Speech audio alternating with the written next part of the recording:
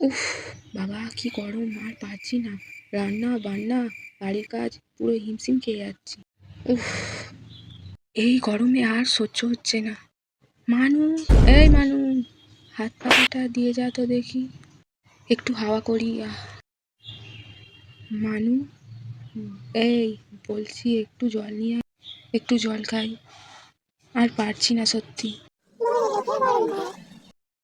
ওহ মাই god, যা গরম পড়েছে, প্রচণ্ড কষ্ট হচ্ছে। এসি ছাড়া তো থাকাই যাচ্ছে না।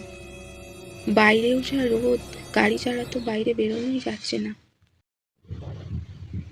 যাই বাবা, এবার একটু গিয়ে এসিতে রেস্ট নিই। উফ!